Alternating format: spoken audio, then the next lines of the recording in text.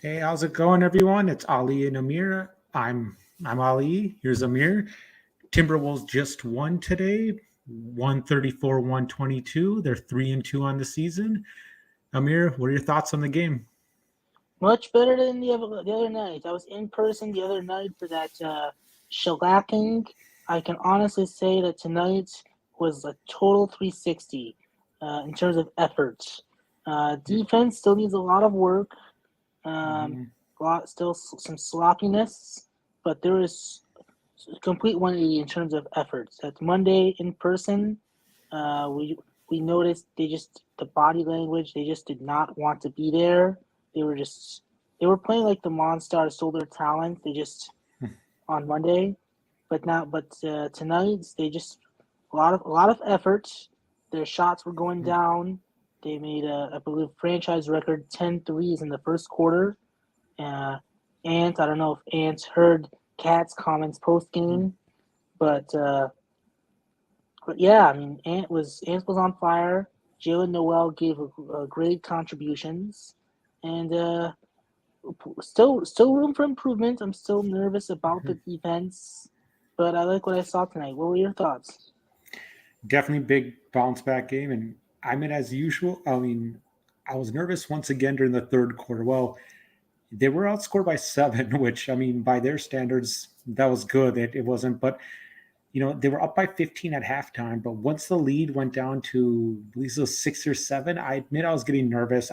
Not to say that I thought that, oh, this game is over, they're going to lose, but at the same time, I was like, oh, I was texting my friends and I was like, oh, not again. I don't want to see another bad third quarter. It was bad, but not as bad as normal. But yeah, just again, a very good game by Anthony Edwards. He had 34 points, 9 assists. Karl Anthony Towns, 21 points, 7 assists, 4 rebounds.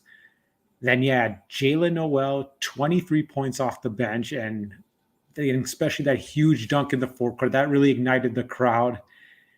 Then, Gobert had 10 points, 9 rebounds. Jaden McDaniels having a very good year. He had 20 points, shot 8 for 9 from the field, four for five from behind the arc. Just like Anthony Edwards, he's in year number three. He's not Ant, but he's still pretty good, and his progress has been nice to see this year. And I'm looking forward to seeing how he does the rest of the year. Exactly, and Jalen Noel gave you 23 off the bench. Mm-hmm. Uh, I, I forgot how many shot attempts he had, but He, 23 off the bench. I mean, Noel gave you a boost when, like you said, in the third quarter when the game was starting to get away from them a bit. Then you put the bench unit in. Noel with J Mac and came in together. I think Prince came in with them. I can't remember if Prince came in later, but Noel and J Mac came in. They sort of steadied the boat. yes, Noel shot 9 for 13 from the field, 3 of 5 from behind the arc. And just before the season, I kept saying, "Oh, he's going to be one of the X factors." He's been very good. I knew he's going to be better this year, but so far he's done better than I expected, and he's definitely playing like a guy that's playing for that new contract. He's a free agent at the end of the year. Absolutely, he's gonna get paid. I mean, I know the rumors are it looks like the Timberwolves gave him lowball offers. They kept increasing the offers, but he's sort of at the point where it's like, okay, there's gonna be teams that are gonna have cap space. So let me just get paid. I'm still hoping that because the Wolves own his bird rights, that they can keep him. But he keeps playing like this, it's gonna be a Jalen Brunson part two. Mhm. Yeah, and then D'Angelo Russell's going to be a free agent next year too. At this point, things keep up like this. I'll be surprised if they make Russell a higher priority. Russell, he has his moments where he can be pretty good. He has some not so much. I know at times he can get very frustrating to watch. He tends to be turnover prone at times, doesn't always take the best shots either. Sometimes that gets does it. And then you're talking about a lot of people on Twitter are talking about the comments that Cat made about Karl Anthony Towns Cat made about Anthony Edwards. And I was like, yeah, I love Ant, but I don't. I didn't agree with him saying that publicly. I mean, we don't know how Ant really feels about that, but like with the way he was playing the first quarter, I was thinking, I was like, oh, maybe he used that as a little extra motivation. Absolutely. And I don't know. I don't like Cat making those comments because like Cat, you need to be doing your own stuff too. It's like Cat, like nobody, like we were at the game. We had relatively good seats. Like nobody was giving any effort. So and I don't know. Cat's just really been not playing well at all this year.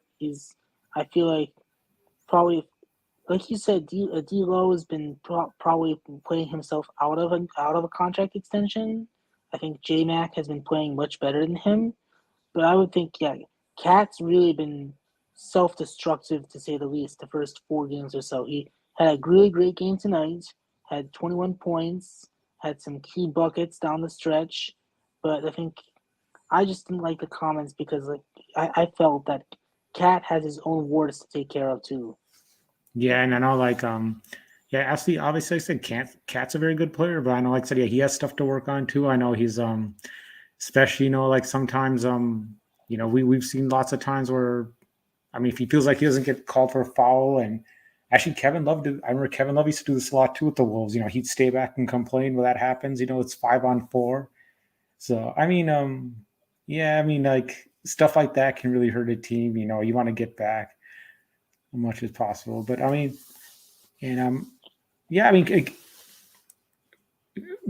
Cat's done decent so far this year. Not quite the Cat that we're used to seeing, but I mean, like I think things will get better as he keep going. I mean, also I think hopefully he gets his weight back up. I know he's down to a low weight. I think he's only they said 236. He's at so 232. they're 232. Oh, Yeah, yeah. I don't know if he gained weight. My dad was seeing before the game, just watching all the players in warm ups, and he could tell on Mondays like yeah, he lost a lot of weight. So we don't know if he's gained it yet. I know in the stories. I know we talked off camera. John she told John Krasinski that they tried to get him food down during training camp and nothing would stay down. But so mhm, I hope you're right. The transition to another position at the mhm. four, that's still gonna take some time. But I don't know. He's 8 years in. It's like it's come to the point where you need to just be control your emotions.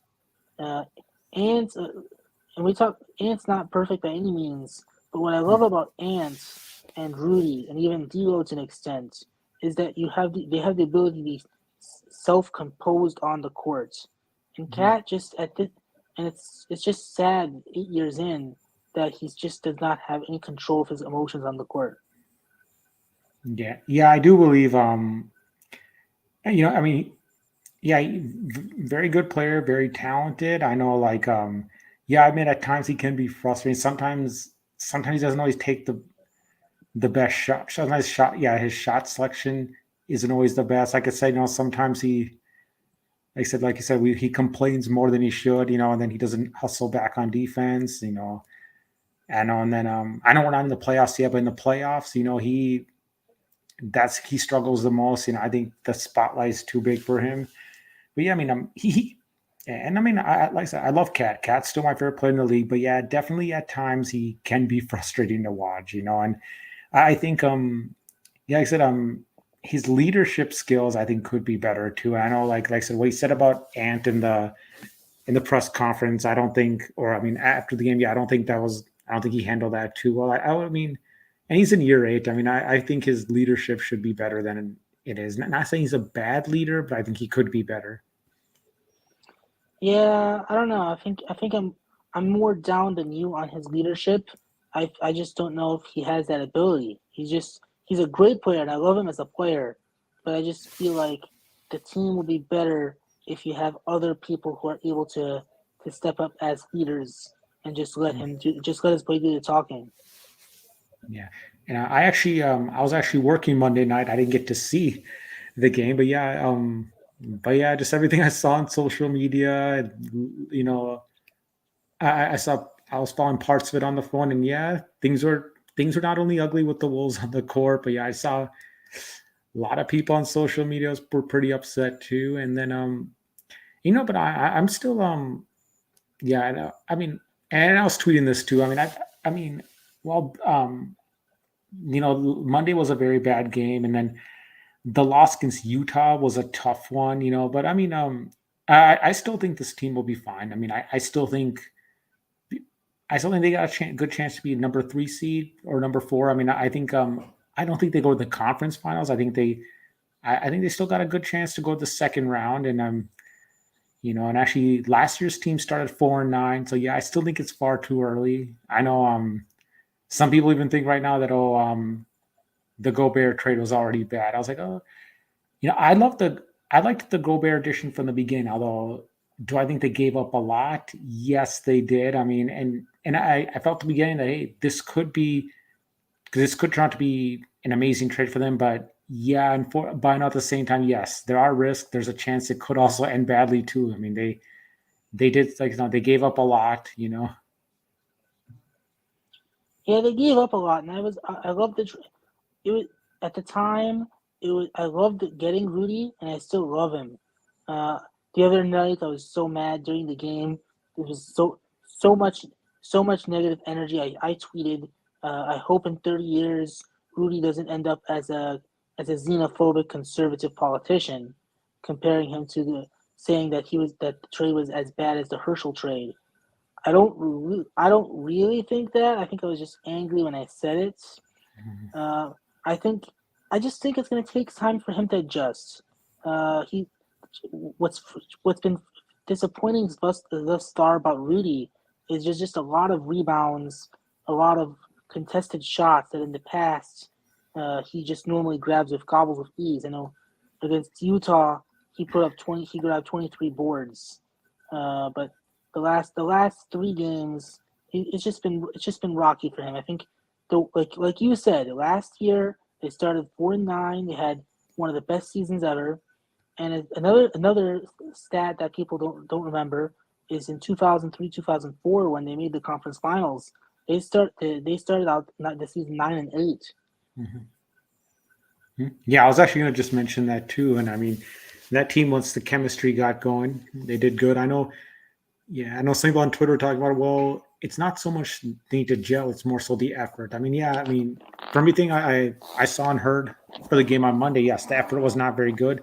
Effort for the most part has been good. I mean, yes, it still could get better, and I think yes, I think this team will be fine. I'm looking forward to it, and like one of the things I was excited about this year, I mean, is yeah, not just how much Noel, that both Jalen Noel and Jade McDaniels, how much they're going to progress this year, and both of them are off to fantastic starts. So I'm looking forward to that.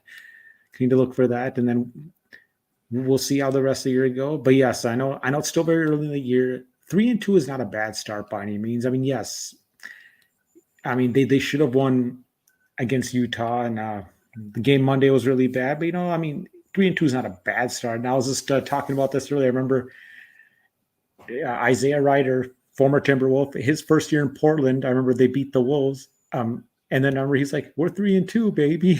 So the whenever in any sport I see the record of 3-2, I always think of Isaiah making that quote. So yeah, I mean, it should be looking forward to seeing how the rest of the season goes. It should be fun. Like I said, I think once these guys are more familiar with each other, I think they'll be fine.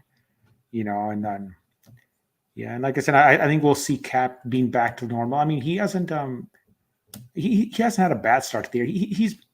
He's been good so far, not quite as good as we're used to seeing. And also, but back to Rudy. Yeah, I love Rudy too, but I admit there's been I know he's not known for being an offensive guy. Remember, there's been um some plays today and during the season where I felt like, hey, why didn't he just shoot the ball? I mean, he had like a good look at it. He was just giving the ball up, and I'm like, okay, I'm just saying like, okay, I know he's not exactly Shaq or Hakeem in his prime, but I was like, hey, some of those like he was very close to the basket. I felt like times like, hey, just give it a try. Hey, you're in good position.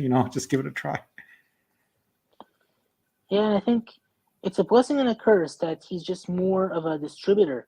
That he likes to do the dirty work. He loves to set screens. He loves to pass out. to the perimeter. He's not great in the posts, which is shocking. That his style of play, he's just not a great banger in the posts. But what he's great at, and I think what we saw opening nights and we saw in other instances that he's gonna clean up the messes. But Mhm. and that's what's been shocking the even tonight in the win and on Monday in that disaster on Monday and then on I think on a little bit on Sunday too against Oklahoma City is just he's just been beaten for offensive boards, which has been very shocking. Just Mhm. in, some rebounds that he was able to get the first couple games of the season, he's just not getting. And I think you're right. I think it's going to take time. I know fans, and myself included. I know from what I saw on Monday, a lot of the fan base doesn't want to hear it. They're impatient. They want a winner right now. But I do agree with you. I think it's just going to take some time. If you can just Mhm. stack up some wins when you're still developing chemistry and still working things out, then once you get going, you'll be beautiful. Yeah. Yeah. And I've been following this team since 96, 97 season. That was KG's second year, Stephon Marbury's first year. And yeah, so since they made the conference finals in 2003, 2004, yeah, things have been pretty rough. They've only made the playoffs twice since then. So yeah, it's definitely nice to see them relevant again. I know when they lose now, it is going to be more frustrating because I know before we were just like, hey, because we're so used to them being bad for a while, we're just like, oh, hey, at least they're showing, at least they're not losing by 10 points or their young guys are showing some progress. I know now, I mean, like so far, it kind of feels like, even though it's just 5 games into the regular season, in a way, it it kind of feels like it's the playoffs just because like these games seem to matter more now than before. Like I said, I mean, before, because they were bad for so long, after the KG era, when he originally got traded to Boston, like um we didn't we weren't as emotionally vested in. I mean, like, yeah, we were still huge fans of the team, but we also were like, oh, you know what? Hey, we knew they were going to lose, so whatever. Hey, as long as they're showing some progress. But now we're just like, hey, now we've gotten to the point since last year. We're like, hey, let's just get some wins. It doesn't matter if Ant is scoring 30, 40 points. Let's just get a win. Because like I said, right now there's no more moral victories with this team. Now it's let's get wins. Exactly. When you make a big trade like you did, when you gave up as much as you gave up for a player that you got in Rudy, and you're exactly right that it's enough moral victories. Now it's time to start winning, and especially after the season you had last year, where you come out of nowhere and last the difference between this year and last year no one even really expected it. You're coming Mm-hmm. off of the season before when you were you fin- you ended you ended the 2021 season on a good roll, but you were pretty bad for the most of that year. So heading into last season when you won 46 games, no one was really expecting it. This year, there's all sorts of expectations. Yeah. Yeah, exactly. Last year we were just like, hey, we're making we just made the playoffs for the only the second time since 2004. We were excited, but now obviously, even if they didn't make the Gobert trade, I think everyone would have been like, okay, you know what?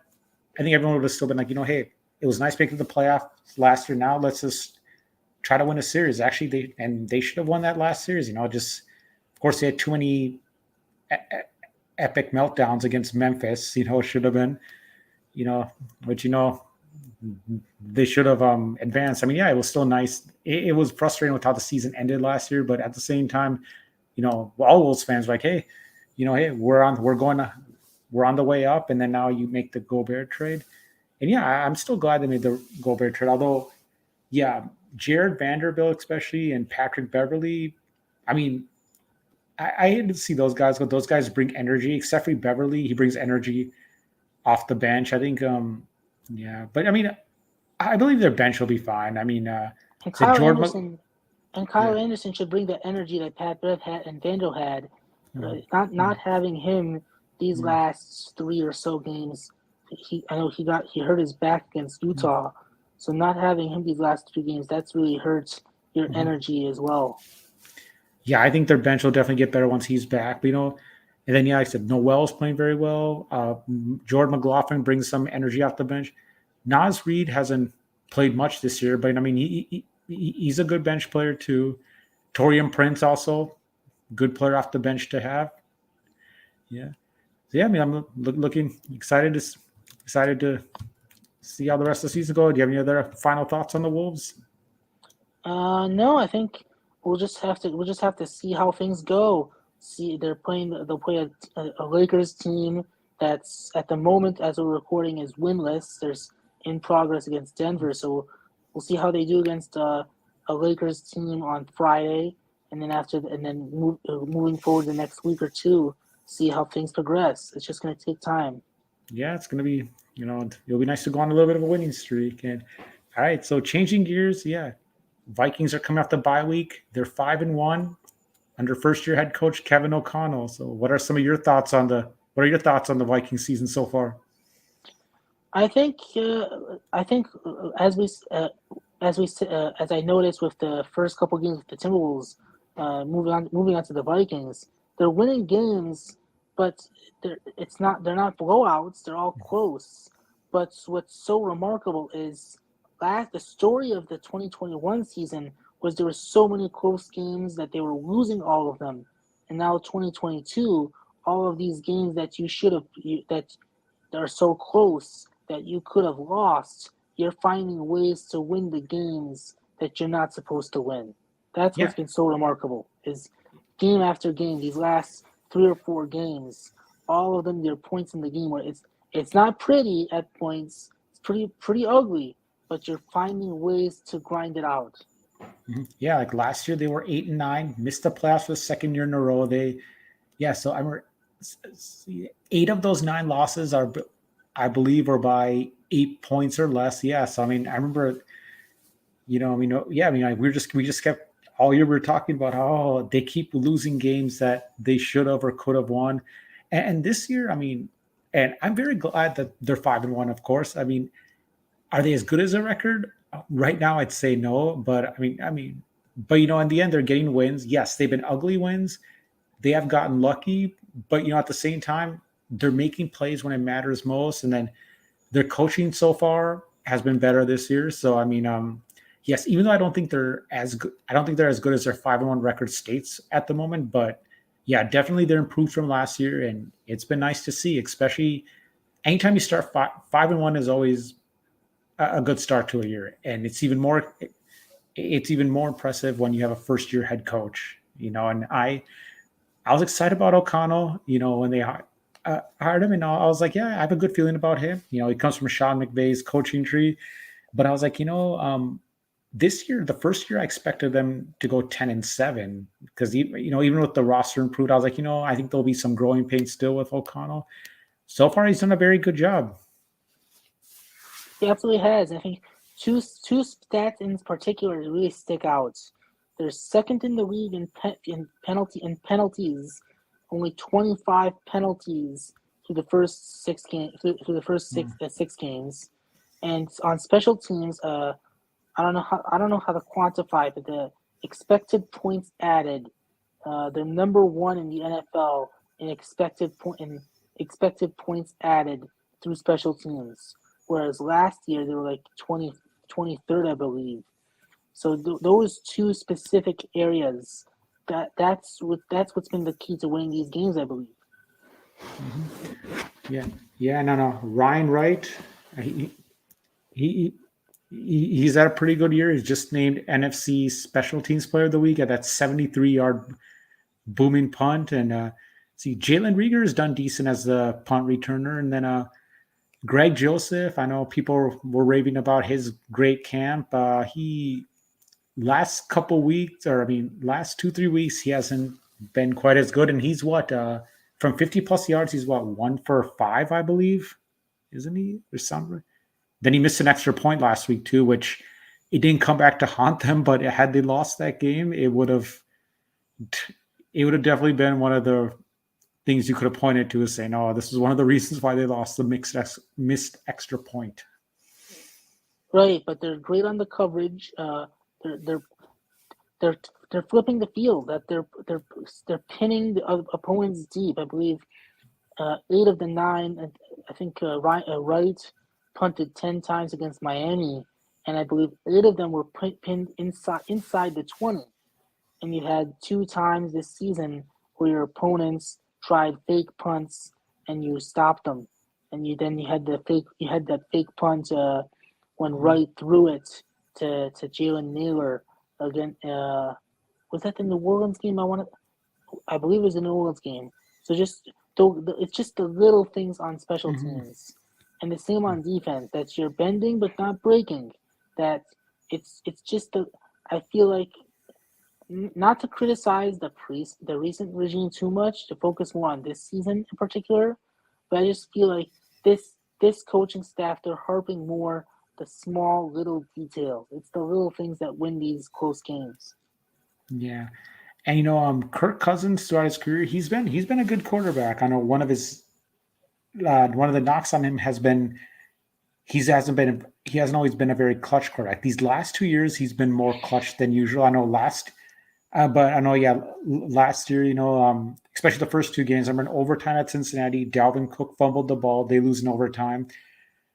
Uh, Greg Joseph misses a 37-yard field goal, I believe, as time expired. So yeah. I mean, yes, I mean, but yeah, he's continued to make clutch plays. I mean, he hasn't played he hasn't been that good overall this year. I mean, but I mean, he's doing good enough. He's been clutch too. He's been more clutch than usual, than he has been normally in his career. And then another, Justin Jefferson is still Justin Jefferson.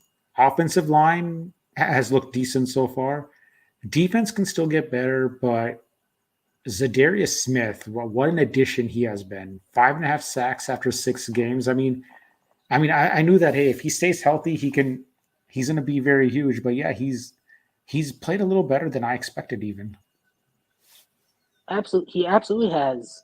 The whole defensive line, those edge guys. Hunter doesn't have the stats like the sacks that he normally has, but he's been putting a lot of pressure on quarterbacks. DJ Wanham has been good. Then the last game against Miami when Wanham did not play, he had a guy in Patrick Jones who had a 2-sack game. So I feel like the edge guys are really doing well. Uh, Mm-hmm. Yeah, and then I mean, Hunter's not playing quite as well as we're used to seeing. I mean, not having a bad year. He's still doing good, not quite as good as we are used to seeing. I mean, it could be maybe he's just needs a little more time in the system, or maybe he's just not. Maybe he isn't quite a good fit for this, but Zadarius Smith is. So kind of, I guess in some ways that kind of cancels it out. But yeah, then you look at the rest of the defense now. Patrick Peterson, even at age 32, he's having a good year. He had a pretty good game last week, or I mean, 2 weeks ago against Miami. He had an interception, and actually he came close to having a pick six. Earlier too, remember that game? yeah. Was this year or last year? No, against Miami last game. You remember he Oh, was last close game. to. Oh, yes, you're right. Yes, I remember that play. Yes, And then yeah. that then the third quarter, then he also had back-to-back pass breakups. Uh, Dancer's having a decent year, and then Harrison Smith is still Harrison Smith even though Two he's in year turnovers, year two 11. two forced turnovers by Harrison Smith. Game-saving ones. Mm-hmm. The that crazy that crazy interception right before halftime. That was probably the difference. Mm-hmm. Yep, Cam Bynum helped set that up, and then later on, Smith forced a fumble that Cam Bynum picked up. Yeah, so I mean it's yeah, we'll see. I mean, uh offense has been good. It could still get a little better, but overall, I mean, yeah, like I said, even though the wins have been ugly, outside of the first week against Green Bay, overall, hey, in the end, they're winning games. Which they're having trouble closing out games. Yes, last year, they're closing them out this year. They're getting wins. Like I said, I mean, it's also O'Connell's first year, so I mean, and yet before the season, I thought they'd be 10-7 with the wild card. I thought Green Bay would win the division again. Green Bay's not looking good at all. They could very possibly miss the playoffs this year. And I mean, barring Kirk Cousins missing a lot of games, I think with the way things are looking now, Vikings should win the division. I think now, I still don't think they're Super Bowl contenders. I think they got a good chance at advancing to the second round. I mean, I'd say Philadelphia is still looking like the best team, and they just picked up Robert Quinn, so I think they should continue to be the favorites in the NFC. And then AFC, I think right now, if you ask me, I think Buffalo wins the Super Bowl this year, and then we'll see. Our old friend Stephon Diggs wins for the team that was 0-4, and his old team is still 0-4 in the Super Bowls. Yeah, I agree with you on Buffalo. I think the Vikings. If I've heard rumors in the last few days about potential receivers they could add, just players they can add. You had said Philadelphia has been the best team in the NFC, and they pick up a player in Robert Quinn. But I think if the Vikings and we'll see who they get. I know they're calling various teams. Sounds like Brandon Cooks could be an option. Jerry Judy, a player I like, is a potential option. Maybe if they go defense, maybe if they get a guy like Bradley Chubb, that could help too. So it sounds like Kwesi is being very aggressive at the trade deadline, and we'll have to just wait and see who they get. But I think that could put them over the top to eventually being a Super Bowl contender. So we'll have to see. I think the Packers made a colossal mistake in trading Devontae Adams. I was high on Christian Watson pre-draft, but they just don't have the guys offensively to really compete. And they're going to go into Buffalo on Sunday Night Football, and the betting sites are having them as an 11-point underdog. So they're just on the downward spiral. I think you're right. It's just one of those years where, if barring colossal injuries, and except for Lewis Seen, we've had, I think, of all the starters, no massive injuries. So if knock on wood, if we can add a couple pieces here or there before the deadline next Tuesday, I mean, you never know.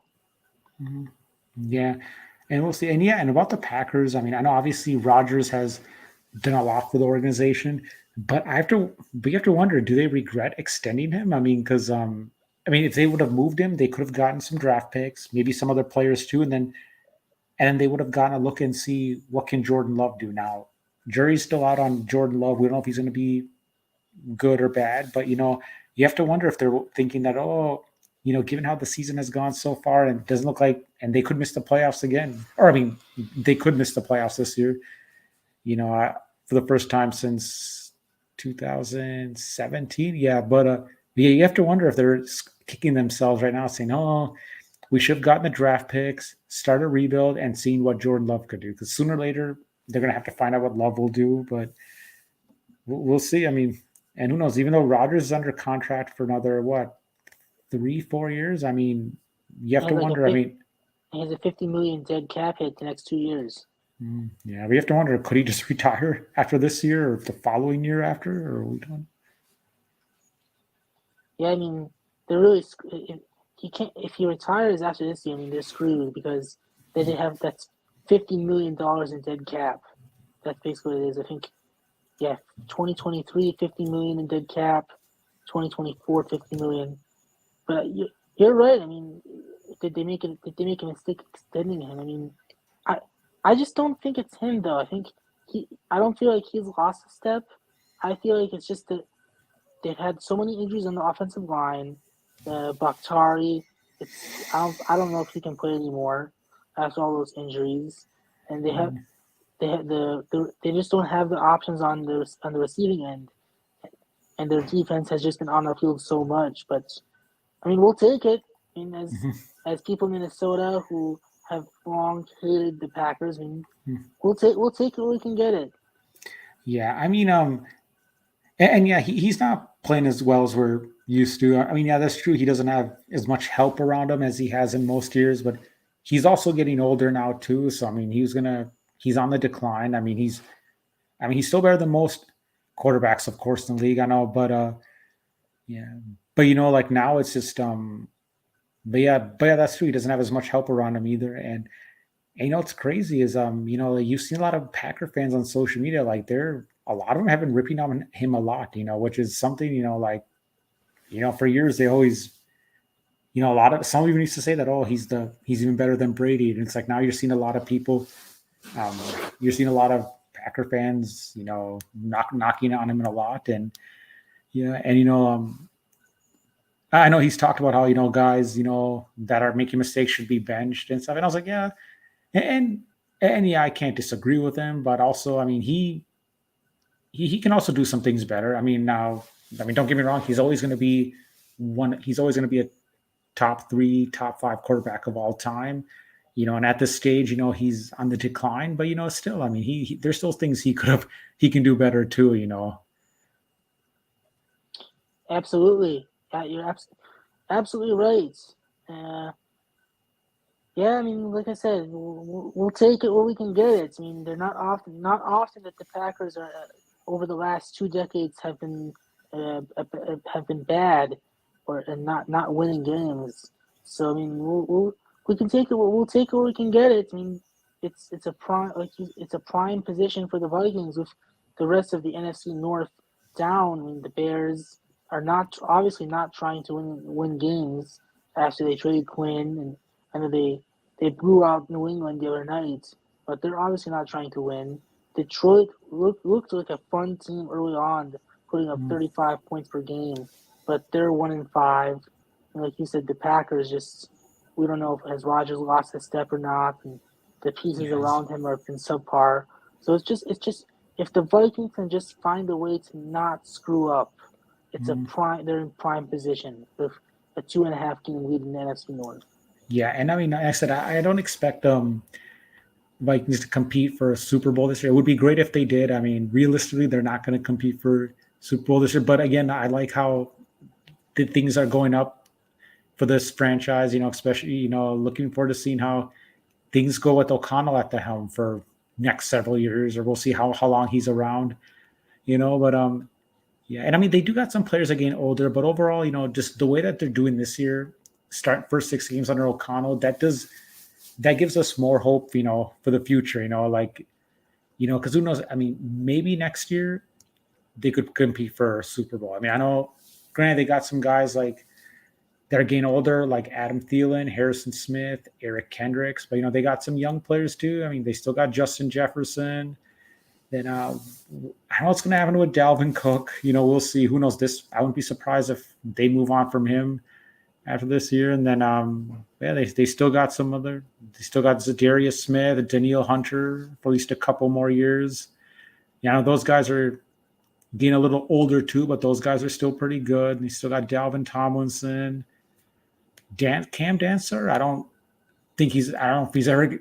I don't think he'll ever be an All-Pro corner, but I think he could be a good corner in this league for years to come. And then Lewis Seen, once he's back next year healthy, I mean, he could end up being pretty good. We'll see on that. And then, yeah, and we'll see. I mean, so far, O'Connell and Koisi Adafo-Mensah, they're doing a good job. And actually, I remember you and I were having this conversation too. Remember, I talked a lot about this on Twitter too. I was like, with how last season ended, I was like, I like Kirk Cousins. He's pretty good.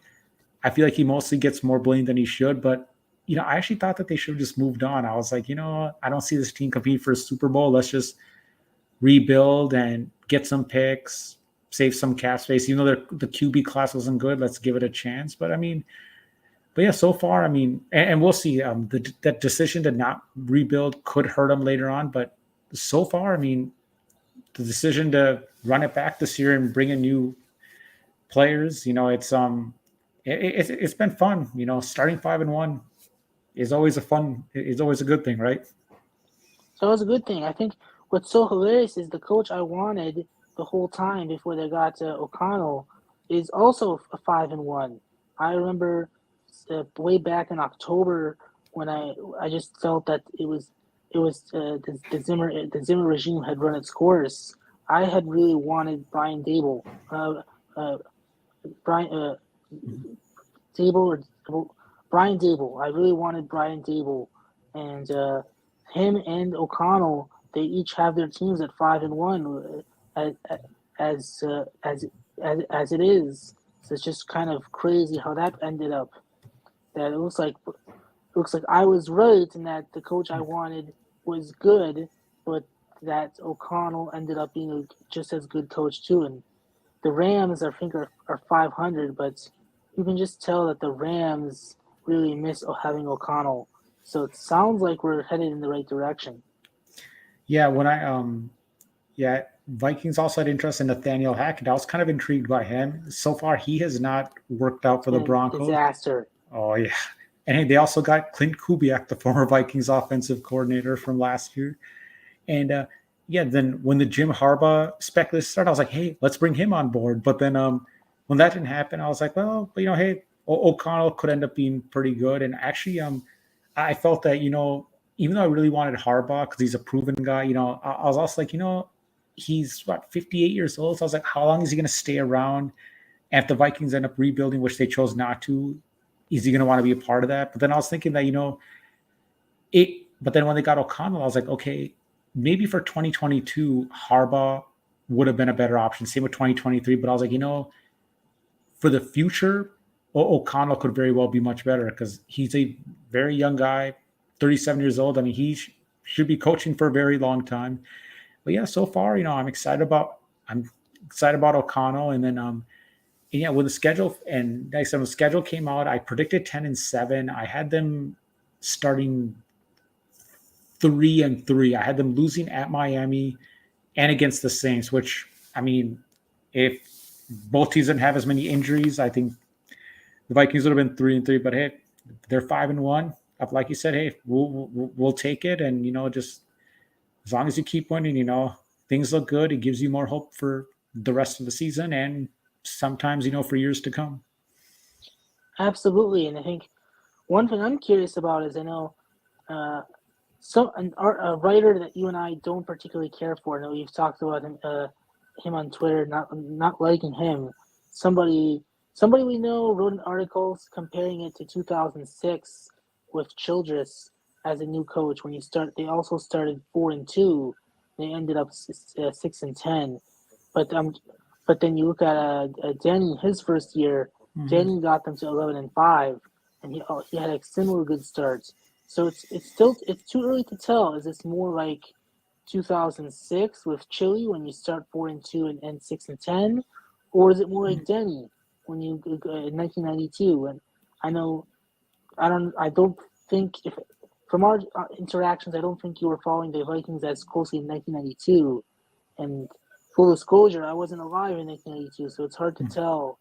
Uh, but that it's just interesting to keep in mind. Yeah, yeah. 96 was when I first started following the team, but yeah, I'm a little familiar with how things were before that. But yeah, so yeah, even when they were 4-2 other Childress, I don't remember the fans. They still didn't seem as excited about Childress as they were about O'Connell. I think with O'Connell, I think the reason why people are more excited is because like they he fits more with with what you want in today's league. He's a young offensive mind. Whereas like I think especially because with Zimmer, even though most Vikings fans liked Zimmer for the most part, even they have a lot of them at the end were like, let's move on. It's his old school approach isn't working anymore. So people are excited about O'Connell, and I think and I think like I said, hopefully he'll be the coach for the next 10 to 15 years, and hey, hopefully we'll have at least a couple rings by then, or hopefully more. We'll see. Absolutely, we'll see. We'll see. I mean, we got an interesting game coming up this week. Arizona. I mean, Arizona won last week. They put up 42 points, but their quarterback was screaming at his head coach on the sidelines in the Mhm. middle of the game. So we'll see how this goes. In the next couple weeks seem pretty easy against Arizona at home, then at Washington, and they're playing with Mhm. their they beat Green Bay, but they're playing with Mhm. backups with Heineke. So I Yeah. think if things go right, the next loss on the schedule probably will be at Buffalo, but Yeah. we'll see how they do coming out of the bye week against Arizona. Yeah, the Buffalo, I have them losing too. That's going to be very difficult to win. It's a road game, and Buffalo's looking great right now. Like I said, they're my favorites to win the Super Bowl. But yeah, they should win these next two games, and well, who knows? Maybe they'll be ugly wins again, but just get the win. That's all that matters. And then, yeah, looking forward to seeing how the rest of the season goes. It's gone better than we expected. We'll see how the rest of it goes. And all right, any other final thoughts on the Vikings? No, I think for now that's all. I mean, we'll just have to wait and see how they do against Arizona. All right.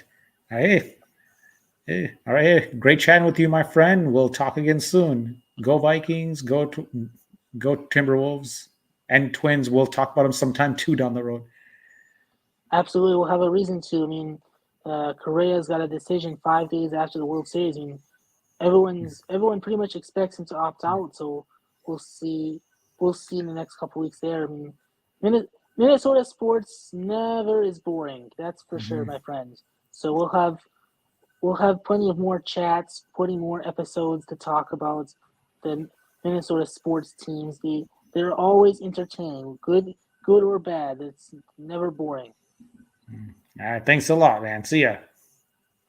Take care. We'll take care. For sure.